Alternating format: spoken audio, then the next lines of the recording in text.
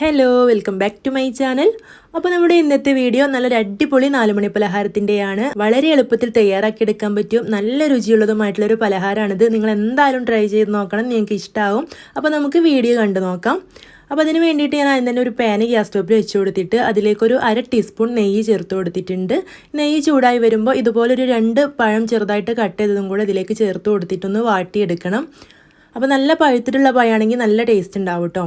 അപ്പോൾ അധികം പഴുക്കാത്ത പഴമാണെങ്കിലും നന്നായിട്ട് വാട്ടിയെടുത്താൽ ടേസ്റ്റ് ഉണ്ടാവും. അപ്പോൾ നല്ലപോലെ ഒന്ന് വാട്ടിയെടുക്കാം. അപ്പോൾ ഞാനിതിവിടെ ഇളക്കി കൊടുത്തിട്ട് ഇതുപോലെ ഒന്ന് വഴറ്റിയെടുത്തിട്ടുണ്ട്. ഒരുപാട് വാട്ടിയിട്ട് ഉടച്ചെടുക്കൊന്നും വേണ്ട, ഇതുപോലെ ഒന്ന് വാട്ടിയെടുത്താൽ മതി. ഇനി നമുക്ക് ഇത് ഈ ഒരു പാനിൽ നിന്ന് ഒന്ന് കോരി മാറ്റി വെക്കാം.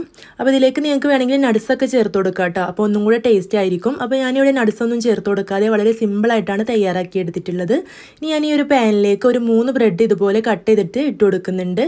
അപ്പോൾ ഇതുപോലെ റഫായിട്ടൊന്ന് കട്ട് ചെയ്തെടുത്താൽ മതി. ഇതിൻ്റെ ബ്രൗൺ പാർട്ടൊന്നും കളയേണ്ട ആവശ്യമില്ല. ഇതുപോലെ ഒന്ന് കട്ട് ചെയ്തിട്ട് ഒരു ഹൈ ഫ്ലെയിമിൽ വെച്ചിട്ട് 2 മിനിറ്റ് ഒന്ന് ഇളക്കി കൊടുത്തിട്ടുണ്ടെങ്കിൽ നന്നായിട്ട് തന്നെ മൊരിഞ്ഞ് കിട്ടും കേട്ടോ. അപ്പോൾ ഇതിവിടെ ഞാൻ ഇതുപോലെ മൊരിപ്പിച്ചെടുത്തിട്ടുണ്ട്. ഇനി നമുക്ക് ഫ്ലെയിം ഓഫ് ആക്കിയിട്ട് ഇത് മാറ്റി വെക്കാം. ഇനി ഞാനിവിടെ 3 കോഴിമുട്ട ഒരു ബൗളിലേക്ക് ഉടച്ച് വെച്ചിട്ടുണ്ട്. അത് നന്നായിട്ടൊന്ന് മിക്സ് ചെയ്തെടുക്കാം.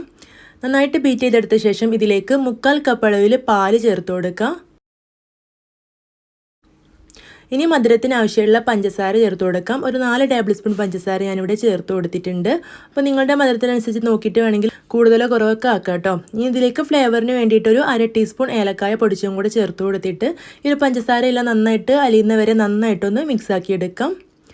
അപ്പോൾ ഇവിടെ പഞ്ചസാരയൊക്കെ അലിഞ്ഞ് വന്നിട്ടുണ്ട്. ഇതിലേക്ക് നമ്മൾ ആദ്യം വാട്ടി വെച്ചിട്ടുള്ള ആ ഒരു പഴം ചേർത്ത് കൊടുത്തിട്ടുണ്ട്. കൂടെ തന്നെ ആ ഒരു ബ്രെഡും കൂടെ ചേർത്ത് കൊടുത്തിട്ടൊന്ന് ഇളക്കി കൊടുത്ത് മിക്സ് ആക്കി എടുക്കാം. അപ്പോൾ ഒരുപാട് ഇളക്കി കൊടുത്ത് അലിഞ്ഞു പോകുന്നു വേണ്ട, ഇതുപോലെ ഒന്ന് മിക്സ് ആക്കി എടുത്താൽ മതി. ഇനി നമുക്കിത് എങ്ങനെയാണ് തയ്യാറാക്കി എടുക്കുന്നതെന്ന് കണ്ടു നോക്കാം. അതിന് വേണ്ടിയിട്ട് ഇതുപോലൊരു കടായി ഗ്യാസ് സ്റ്റോപ്പിൽ വെച്ച് കൊടുത്തിട്ട് ഒരല്പം നെയ്യാക്കി കൊടുത്തിട്ടുണ്ട്. ലോ ഫ്ലെയിമിൽ വെച്ചിട്ട് വേണം കേട്ടോ ഇത് നമുക്ക് വേവിച്ചെടുക്കാനായിട്ട്. അപ്പോൾ നെയ്യൊന്ന് ചൂടായി വരുന്ന സമയത്ത് ഇതിലേക്ക് നമ്മൾ തയ്യാറാക്കി വെച്ചിട്ടുള്ള ഈ ഒരു ബാറ്റർ ഒഴിച്ചു കൊടുക്കാം. എന്നിട്ട് ഇതിൻ്റെ മുകൾ ഭാഗത്ത് ഒരു സ്പൂൺ വെച്ചിട്ട് ഇതുപോലെ ഒന്ന് ലെവലാക്കി എടുക്കാം. അപ്പോൾ നല്ല രുചിയുള്ളതും വളരെ പെട്ടെന്ന് തയ്യാറാക്കി എടുക്കാൻ പറ്റിയതുമായിട്ടുള്ള ഒരു പലഹാരമാണിത്. നിങ്ങൾക്ക് എന്തായാലും ഇഷ്ടമാവും. നമുക്കിത് അടച്ചു വെച്ചിട്ട് ഒരു 20 മിനിറ്റ് നേരം ലോ ഫ്ലെയിമിൽ ഇട്ടിട്ടൊന്ന് വേവിച്ചെടുക്കാം. അപ്പോൾ ഇതിൻ്റെ മുകൾ ഭാഗത്തൊക്കെ ഒന്ന് തൊട്ട് നോക്കിയിട്ടുണ്ടെങ്കിൽ മനസ്സിലാവും. ഇതുപോലെ ഇങ്ങനെ ഡ്രൈ ആയിട്ടുണ്ടെങ്കിൽ അത് വെന്തിട്ടുണ്ടാവും. അപ്പോൾ ഇനി നമുക്ക് വേറൊരു പാനിലേക്ക് ഇതുപോലെ കമഴ്ത്തി ഇട്ട് കൊടുക്കാം. ഒരല്പം നെയ്യാക്കി കൊടുത്തിട്ട് കമഴ്ത്തി വെച്ചിട്ട് അതിൻ്റെ മുകൾ ഭാഗം കൂടെ ഒന്ന് മൊരിപ്പിച്ചെടുക്കണം. അപ്പോൾ നമ്മുടെ പലഹാരം ഇവിടെ റെഡി ആയിട്ടുണ്ട്. ഇത്രേ പണിയുള്ളൂ. എല്ലാവരും തയ്യാറാക്കി നോക്കണം. സ്കൂളിൽ വിട്ട് വരുന്ന മക്കൾക്കും അതുപോലെ ഇരുന്നവർക്കൊക്കെ തയ്യാറാക്കി എടുക്കാൻ പറ്റിയ നല്ലൊരു അടിപൊളി പലഹാരമാണ്. എന്തായാലും നിങ്ങൾക്ക് ഇഷ്ടമാവും.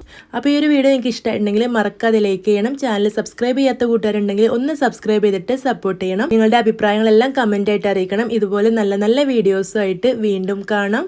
താങ്ക്